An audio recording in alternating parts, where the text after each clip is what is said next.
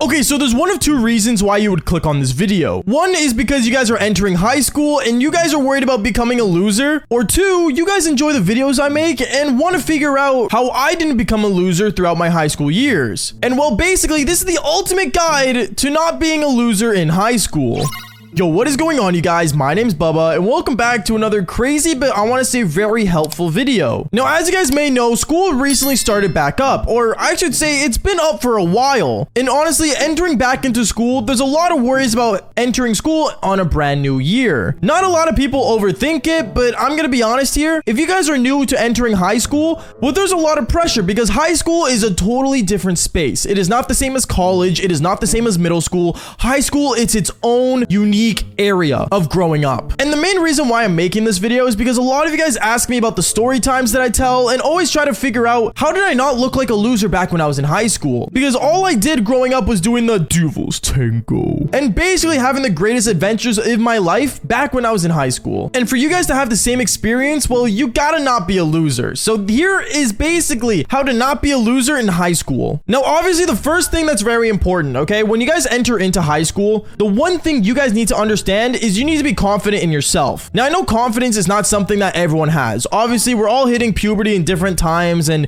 you know, we start realizing things on the internet that make us lose our confidence. Like, I remember back when I was in high school, even my grade 9 year, I would always see people that were a lot bigger than me, a lot more jacked than me, and they were just a lot more attractive than me. And I could tell because a lot of girls were staring at them instead of staring at me. And even when I would scroll through social media, when I saw people living their best life and all I was doing was just going home and playing video games, well, obviously, it made me lose confidence in my abilities and what I'm really worth. And one of the best things that I would usually do is basically spend a few minutes by myself and try to figure out what I'm really good at and what I'm really confident in. Honestly, if I never took time to self-reflect on all the good things I was actually good at, I would never actually end up making videos like this. And also, I would basically not be able to do anything because, well, I wouldn't be confident enough to take risks. That's the whole point of high school that I don't think a lot of people understand. You have to take risks and also become confident over time in yourself as the years go on. Remember, you only have 4 years to figure out yourself and what you want to be in the future. So in my opinion, to not be a loser, have confidence in yourself. It is actually a major big deal. Now, a lot of people think when I tell them to have confidence in themselves, they start thinking that they should develop an ego. Now, as you guys may know, having an ego is something that a lot of people have problems with. But I'm gonna be honest, in high school, you guys are all in the same position. Yeah, maybe some of you guys have mommy and daddy's money, and maybe some of you guys were popular back when you were in middle school. Well, I'm gonna be honest, none of that matters. The main thing that matters is how you present yourself to other people. And if you try to show off that you have an ego from either your parents' money or, you know, your guys' past friends in middle school and stuff, I'm gonna be brutally honest, none of that will matter in the future. One of the main things I always tried doing back when I was in high school was basically conversating and talking to other random people. I know it sounds really awkward, but when you have confidence in yourself, it's actually not that hard to walk up to people. And I remember as I would walk up to people, I would always let other people speak and I would always ask about them. If you show moral interest and actually interest in other people throughout your high school, they will start wanting to talk to you more since they think you're interested in them. And trust me when I say this, it works with a lot of women as well.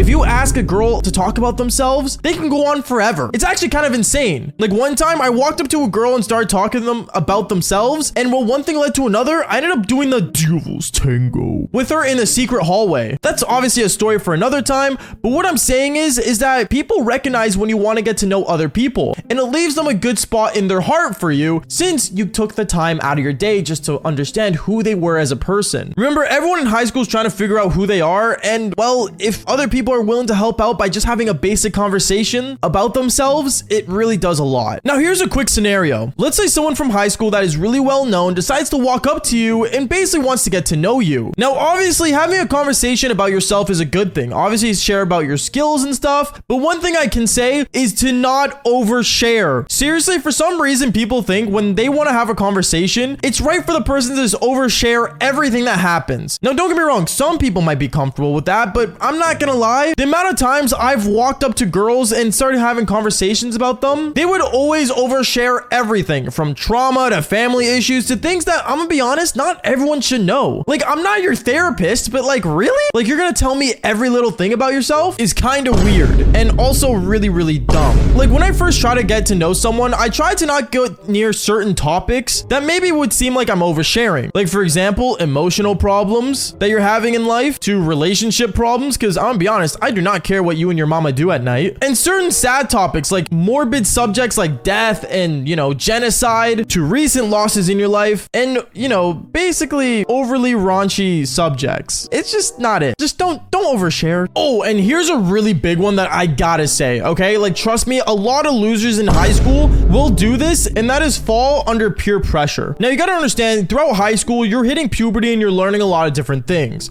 And don't get me wrong, obviously enjoy yourself and explore what you want to explore, but don't fall for peer pressure. Peer pressure is something that every person in their life is gonna face. And if you're strong enough to tell people your dislikes and your beliefs and what you think is right and wrong, that makes you a pretty good person. For some reason, back when I was in high school, I would always say yes to random things that led me to a lot of trouble. And honestly, still to this day, I always hold a lot of guilt for all the things I did back then. And even though I tell you guys in these stories that maybe seem entertaining, I'm not gonna lie, in the moment, in real life, when those things were happening, it's a lot of pressure and a lot on a person's plate. So to any person you meet, make sure you stand your ground on certain things. Like for example, if a person's trying to pressure you to do something you don't want to do, just say no and why you wouldn't do it. And if you're able to hold your ground and not fall under peer pressure, well, that just shows the other person that was trying to pressure you that you are able to be a strong person towards yourself, and that they're probably dumb for trying to ask you to do something that you wouldn't do in the first place. It's always good to have your morals set, that's for sure. Oh, and here's one massive one, and I think this is the biggest deal when it comes to high school, and that's taking responsibility. Remember, when you guys are entering high school, the whole point of high school is to basically transition you into the freedom life that you are going to gain once you graduate. Because once you graduate, you're not going to have everyone to hold your hand. You're not going to have someone to guide you through every little process of life. And basically, it's your job to learn about what to do with, you know, your financial freedom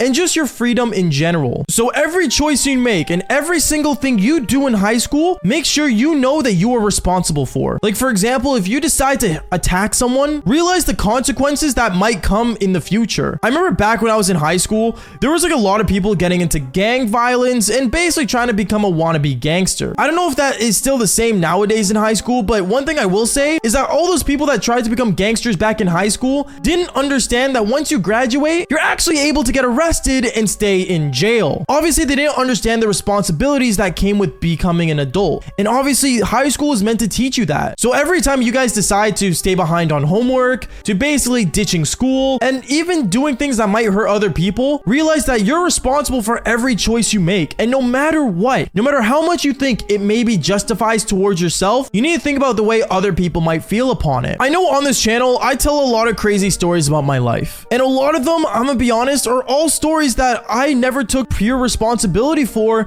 and still hold the guilt to this day from having it happen. So any choice you make in high school, and every time you guys decide to hang around a certain crowd, to skipping school, to even doing things that may be a bit irresponsible and could lead to bad consequences, realize that you're responsible for that. And anything that comes bad after it, well, that's on you, and there's no one else to blame. I know as a teenager growing up, you like to blame everything but yourself. Trust me, I was once a high schooler as well. But I'm gonna be honest, everything that happens in your life, you're the reason for it, no one else. And as hard and harsh that may seem, it is the true reality. So if you're not responsible for what you do, or can't take responsibility for everything that goes on in your life, especially in high school, well then just realize that you might be a loser. Because if you can't take responsibility, you're probably the biggest loser of them all. But I mean, hey, if you guys have any better advice to give to high schoolers, comment down below. But like I always say, fall for more embarrassing stories and I guess advice just like this one. Peace out, guys.